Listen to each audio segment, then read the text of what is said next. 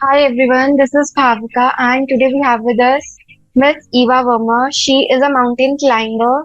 She started her journey when she was 19 years of age and she is also IILM University graduate. Hi Eva, Hi, how are you? I'm good. What about you? Great, great. I am glad I got this opportunity to share my story with your foundation. I mean, thank you so much. I feel very honored. Thank you for joining today with us. So Eva, let me start with that. How do you get to know that you are interested in mountain climbing? It was a very unexpected thing. I was a student that was always interested in sports. I was an average student in my classes, and maths, though I hated, I couldn't bear the fact of studying it. And whenever I would have like a free period, I would go and hit the basketball court or my field at school. So I knew that okay, I'm a student that leans towards sports. But I was on this family trip when I was 15 years old. I went to Kasoli. So I was on a family trip to Kasoli, and I woke up around 6 a.m. and my family was sleeping. So there was a forest right in front of my hotel room. So there was my hotel room, and then like a main road, and then a forest. So since I woke up early, I had nothing to do, and I left on a walk towards that forest. When I started walking, I never realized how much time had passed. And when I checked my phone, it had been around 2.5 hours, and I'd just been walking. And it was already 8:30. So of course I headed down and I started running because I was too scared of my parents scolding me. But at that time, first thing I realized was my balance is pretty good in the mountains. I naturally am good to just ascend and descend pretty fast than an average person because usually balancing is like the toughest thing that people face difficulties with when they're climbing because your body is not used to climbing up and climbing down. Your body is used to walking on a flat surface, right? So there's a fear in your head always that you're going to fall anywhere. And that's why a lot of people are very slow, especially when they're coming down, when they're descending. And I realized I was pretty fast. Maybe it was just me being scared of my mom, but I was pretty fast. Then for the next, I think a month or so, I just kept on thinking about the time that I spent in that forest. Whenever I was free, I would just close my eyes and go back in time and start thinking about it. And I realized I, when I was in that forest, I wasn't thinking about anything at all. My mind was blank. And that was the first time I felt very peaceful, very calm. Because ever since I was a kid, I've had problems. I have had a difficult childhood. Nothing major, but I was bullied and then family problems, this, that. And because of that, I, of course, faced things like depression, anxiety. And I also would just not purposely, but just lock myself in my room and stay all by myself. And at that time, I would, of course, have a lot of thoughts. And my mind kept on running in a cycle and thinking about things. And I was always very disturbed. But in those 2.5, I knew that my mind was blank. I was at peace. I had a sense of calmness. And that is something I wanted to continue. I wanted to forever have it. And I wanted to stop these thoughts. And at that time, of course, my parents didn't allow me to go all by myself without network and climb a goddamn mountain. But I made a promise to them. I told them when I'll turn 18 and finish my 12th boards, I'll head towards the trek and they will not stop me. So I still remember my 12th boards ended on the 4th of March. And on the 4th of March itself in the evening, I was on a flight to Dharamshala to go climb. And yeah, that's just how I started. So, when you started climbing, what were the difficulties you faced? Like parents को होते हैं ना कि पहले life में stable हो जाओ, उसके बाद देखना जो भी करना. Didn't your parents say that to you? Didn't you have any pressure from people around you or something? Any difficulty you have faced during the period? So, luckily, I'm one of those blessed kids that never had like a pressure from her parents to run after success, run after money, get a stable income and stuff like that. I belong to a family where everyone is pretty much stable on their own. Like my both my parents are businessmen and businesswomen, and my Okay. grandfather is a retired, and all in their different occupations. They've all chosen their lines, and they have all experienced these things themselves. So I did not face any difficulties per se about my career choice. But the main problem was, um, I might get hate for this, but we live in India, and I'm a girl, and I'm the oldest child in my family. And no one has been crazy enough to go to their parents, in my family at least, and say कि ठीक है मुझे पहाड़ चढ़ना है, मेरे पास network नहीं होगा. I don't know if I'm going to come out alive or not, but let me go. Right. So I understood when they said that it's not safe. And of course, for my family, they have a lot of guts. They're very brave people to allow their child to go in the wild and stay without network, where you can't even reach her once for like good 5, 10 days, maybe sometimes 2 weeks. And there's no certainty that she's going to return or not, if you can hear from her or not. I remember my father telling me that every time I go, he keeps on praying to Sai Baba every other hour to just, make him like keep me safe and that I return safely. And then the first time that I went without network for 5 days on Sar Pass, my mom cried every single day, and I didn't even know. So, I mean, yeah, I understand. And I've also faced a lot of experiences. I mean, I faced a lot of things that make me feel that we're somewhere still not safe, even on the mountain. We're, as females, as women, we're not safe up there. So that was one difficulty. So, what are Um, the kind of problems you have faced as a woman mountaineer? Because mostly men only climb mountains. no, that is true. I think only 10 to 20% of the population actually climbs, and we're gifted by the Indian Himalayas. So I don't understand why we don't make full use of it. But climbing is very different for men and women. I do agree that on the mountain, we believe in equality. There's no genders to decide. But at the end of the day, if we're talking about being honest and if we're being practical, it is more difficult for women because, of Mm. course, Biological problems. I go through my menstrual cycle while I'm climbing, and it is damn difficult. There's of course your period cramps, pain in your back, and you have to carry that rucksack which is around 12 to 15 kilos. Then it's not even hygienic for us. We get like a washroom tent, and I'm being honest when I say this. Half of the time I climb with people in my group that are just guys, just men. There's not a single female apart from me. And we don't have washroom tents. So if I'm on a trek and I'm blessed with a washroom tent, I swear to God, I'm the happiest. And when I'm on my menstrual cycle and we don't have washroom tents, it's just horror, complete horror.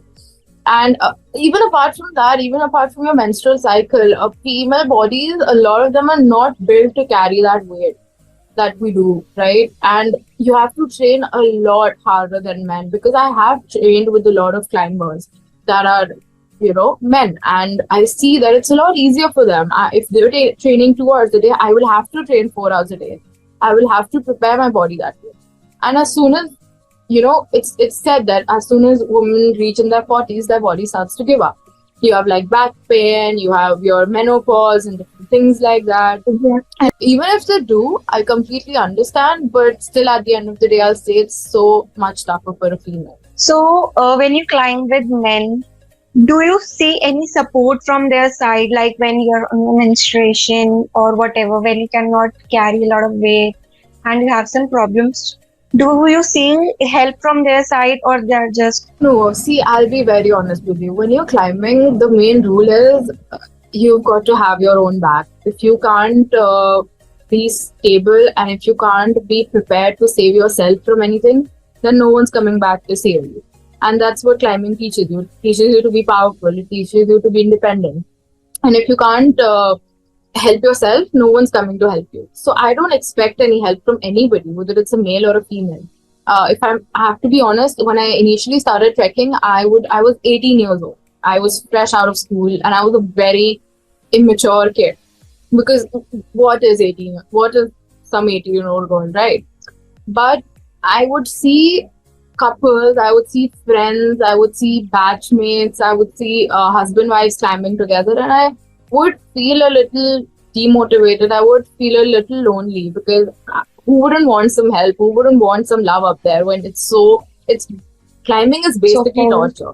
Climbing is definitely torture, and then there are some crackheads, including me, that choose to go through this torture.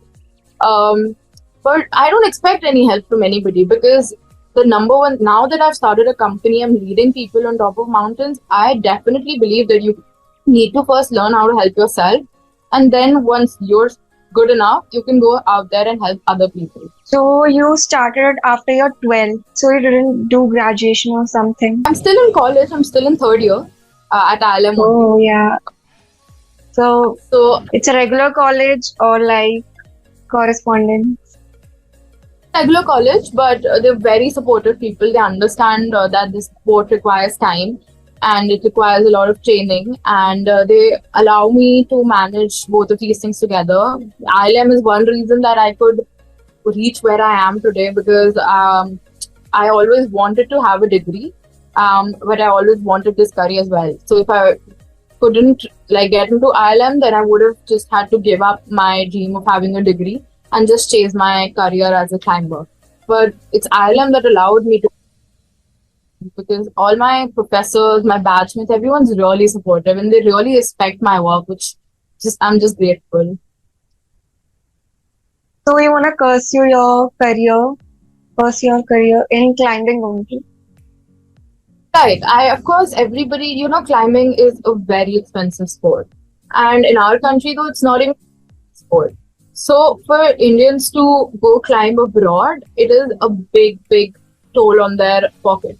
So for me to sustain and live and have an income and also climb, I do have a few side businesses. But my end game is that if let's say I'm 50-year-old, I'm a 50-year-old lady, and if somebody asks me what I'm doing, I still want to tell them that yes, I'm a professional mountain climber, which is one reason why I started my company. Okay. So what are your future plans? Where do you see yourself in next 5 or 10 years, like climbing Kanchenjunga or Mount Everest? No, I don't think I'll climb Mount Everest. Mount Everest is a mountain that is really commercialized now. People use it to just make money, which is I bad, but I think it's unfair for climbers who actually train to climb mountains, and also I think it's bad for the environment. And there are a lot of other things. If I get into it, I'll like rant for an hour straight. But my future plans, see, firstly, You can still when give I some basics. What are you talking about? What kind of pardon me. business they are what kind of business they are doing on Mount Everest? Some basic about it. Okay. Um, what kind of business? Okay, so for Mount, which cost to climb the mountain is around 30 lakhs for an Indian, and that includes your permits, your gears, your equipments, the money you pay to your Sherpa, your permits, and then basically everything, right? But nowadays, a lot of companies in Nepal, especially, have started to sell it as if it's like a tourist place, and they charge people over crore to provide them luxury services. Like they have freaking beds and all at the base camp. They have a whole chauffeur and five-star food at the base camp of Mount Everest. And I don't think mountaineering is about that. Mountaineering Yeah. is known 1980s. And in fact, since the first summit of Mount Everest, mountaineering is known to be torture and people who enjoy the torture. It's supposed to be you living in the wild, experiencing living in the wild, you going out in the wild to survive, where, there's shortage of food, you don't get what you want to eat, you're not getting pizzas at the mountain. And if you are, then that's not what is happening at Everest. And especially a lot of celebrities are now kind of advertising it, marketing it, and they're themselves going to climb the mountain. Recently, I saw about, I think, 1 or 2 years ago, my favorite artist, his name is Mike Posner, he climbed mountains and he did train for it.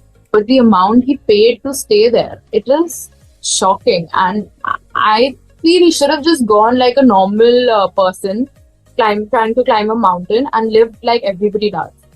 So I think if he paid for the safety, all of that is fine. But I don't think all of this should be done. Mountaineering is about torturing yourself in the cold Oh my wind, God, not getting. Anjali.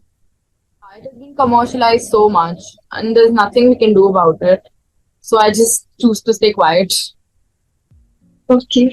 So back to the question, where do you see yourself in next 5 to 10 years? Um, I'll be very honest. When I started out as a climber, I did not have enough knowledge. Like, if you go back and look at my videos on my first trek to Sarpas, I was literally wearing my mom's old fur jacket and climbing. And it was this fashionable fur jacket, and I'm on the summit in like minus 10 degrees and standing in that jacket. And if I look at it now, I literally laugh at myself. And that's not my fault. Including me, nobody really has the correct information. And in fact, about how you should train, the safety, your gear, your equipment, we don't have the correct knowledge. Information has not been provided. So that's one issue I face. And the second issue is safety and encouragement, especially for females. So my parents, including my parents, they're scared to send us out there because they know it's not safe. If we create a safe Exactly. environment for time, they will come and climb. Because I know a few female climbers that are incredible at what they do. But it's just about safety because of the things we've experienced, including myself. So my main aim in the next 5 to 10 years is to change these two things. So that is the reason I started my company called Climb With Us.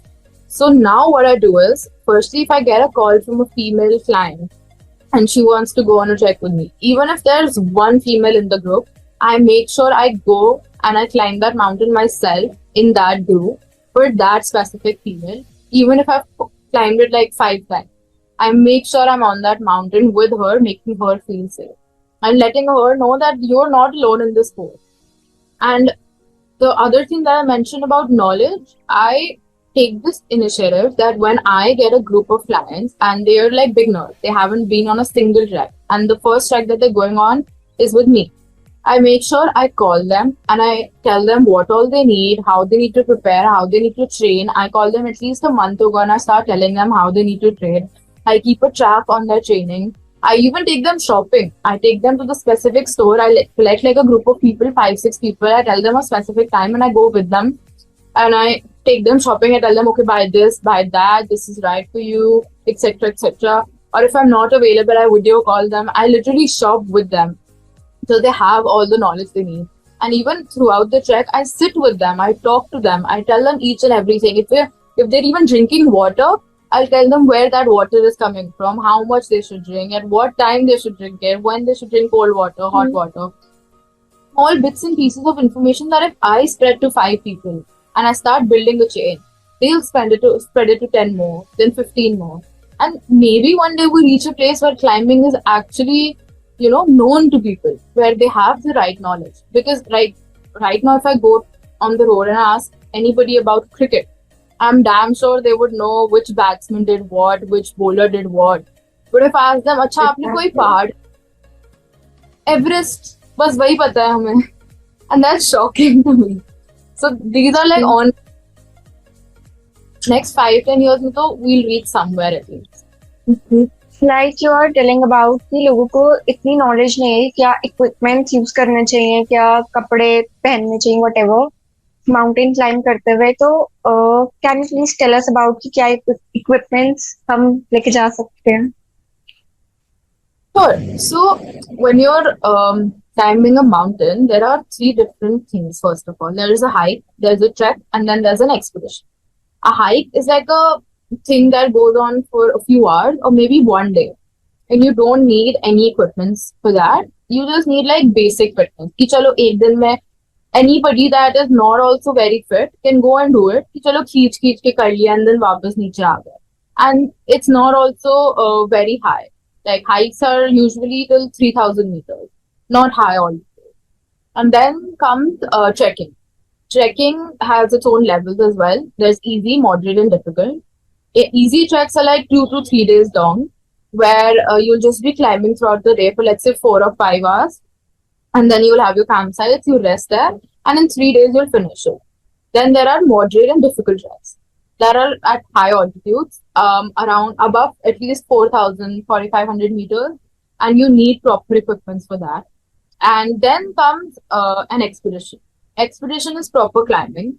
Climbing also has its different, I would say, variations or different types.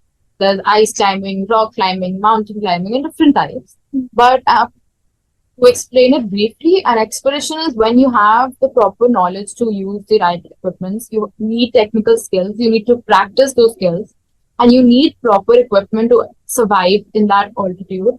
And if any mishappening takes place, you know how to survive and get out of the risk. For example, I once was climbing a mountain that I would not like to name, and I was hit by acute mountain sickness. So because I had the right knowledge, I was well aware by that time. I was climbing in winters for my birthday, and it was peak December. And because I had the right knowledge,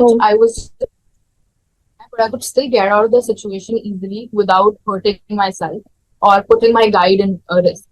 And then I was hit by an avalanche once on a mountain, and I had a huge fall, 100-meter fall, and I was hurt on my ribcage. But again, because I had the right knowledge of how to save myself, how to self-arrest, how to use an ice axe, I could save myself. So I think a person, when they start climbing, of course, go on hikes, get your body used to it, reach the adequate fitness level. Then you start with treks, and for treks, you need very simple equipment. You need a trekking pole, first of all, because when your trekking pole is mainly used when you're descending down a mountain, because all your body weight reaches your knees. And when your knees are carrying all your body weight, of course, they're bound to be, in a lot of pressure and they'll pain. So that's why you use trekking poles for body to move in an easy way and in a better way. And of course, to get a balance, give your body support. Then you need your clothing. You need dry fit t-shirts. You need a feather jacket, which survives at least -5, -10 degrees. You need proper trekking shoes, which are really important. I know a lot of people that join my groups and they wear sports shoes. And I warn them, I tell them, you still have the time, you can buy them, you can rent them, but they don't listen to me and then they face the consequences. So trekking shoes are very, very important. You have, then, of course, it depends from trek to trek. You need small things like hand gloves, liners, you need your head torch, woolen cap, stuff like that, and your trekking pants when it comes to clothing. So these are small things. And of course, when you're going on a trek, you need to choose a company that will provide you with all of this information. And then I'll do a little self-promo. If you're choosing a company, choose my company. I'm just kidding. And then, of course, there's okay.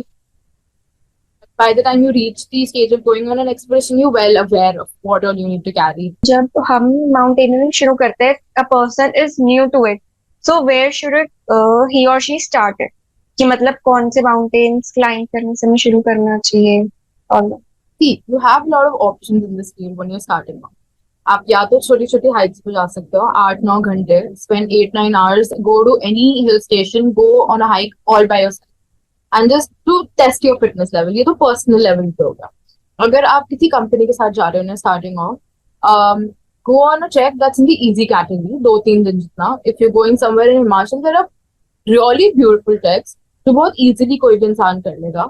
Who has like a fitness level की मतलब आप चलो, if you're a person that even goes to college or you have a job and you have a specific amount of movement in your body every day, you're not just sitting all day long, then you can easily do the treks in the easy category. So in Himachal, there are a few treks. There's Byas Kund, there's Bhrigu Lake, Hamta Pass. So chalo, I feel it's a little towards the moderate side, but फिर भी I know people जो beginners होते हैं वो आके बड़े अच्छे से करते हैं. And Uttarakhand में भी काफी सारे सुंदर treks हैं. Anybody wants to go through this, they can check my page. They can go online and start searching about this. Just the main thing is you choose any trek. Make sure if you're a beginner, go in the easy category, or you're just gonna torture yourself. And then you'll just start hating mountains. Because you'll just have trauma and you wouldn't if feel you like start it. with hard one, you obviously can't do it. Then you'll feel as if you're not fit for the mountains. That's not true. Everybody is fit for the mountains. And they would just quit it कि नहीं हो रहा.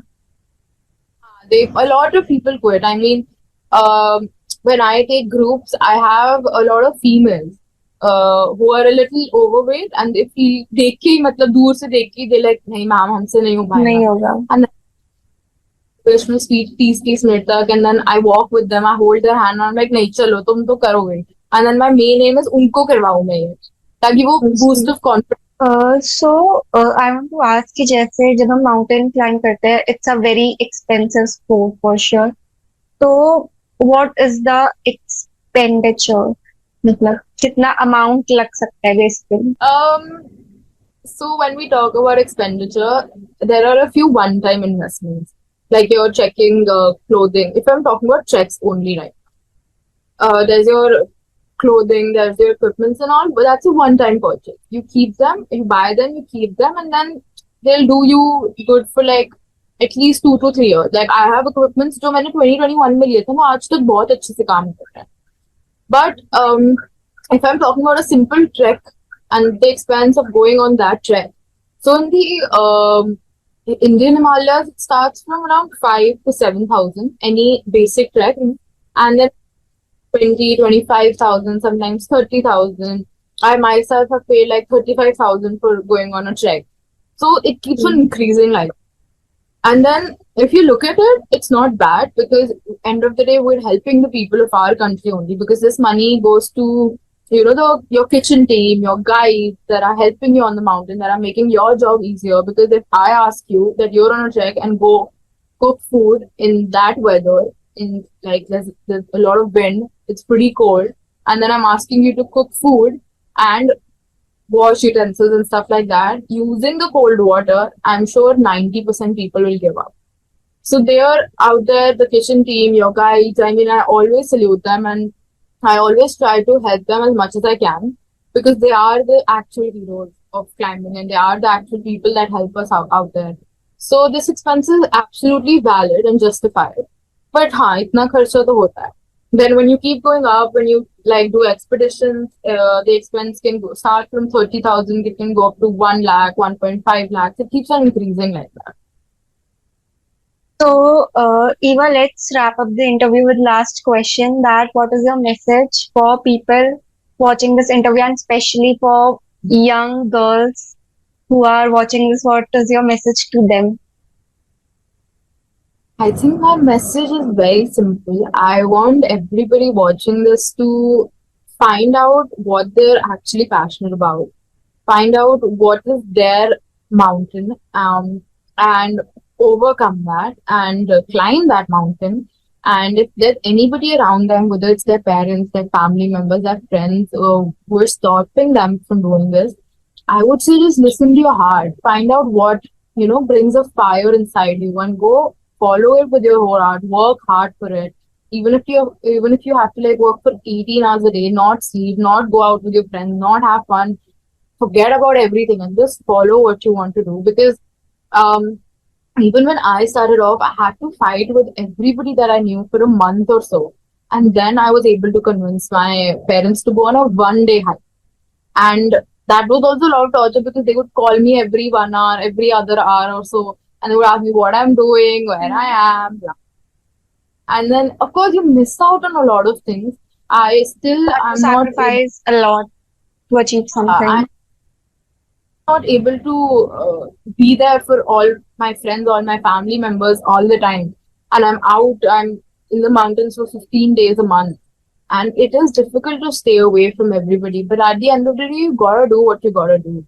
And your future self will definitely thank you if you start pursuing something when you're in a young age. Because now I'm grateful that I started at 17, 18, because now I'm 20, 21.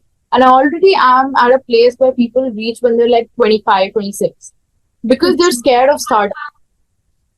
On procrastinating, postponing it, and then they start when they have like a stable income, job, blah, blah. And then it gets too late.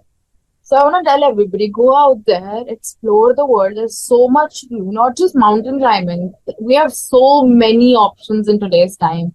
Just go find where your fire is, and then just blindly follow it with your whole heart. And you'll, I mean, definitely, if you give something your everything, then you get all success in the world. Mhm. Thank you, Eva, for joining us. It was a great time talking to you. Honored. Thank you so much.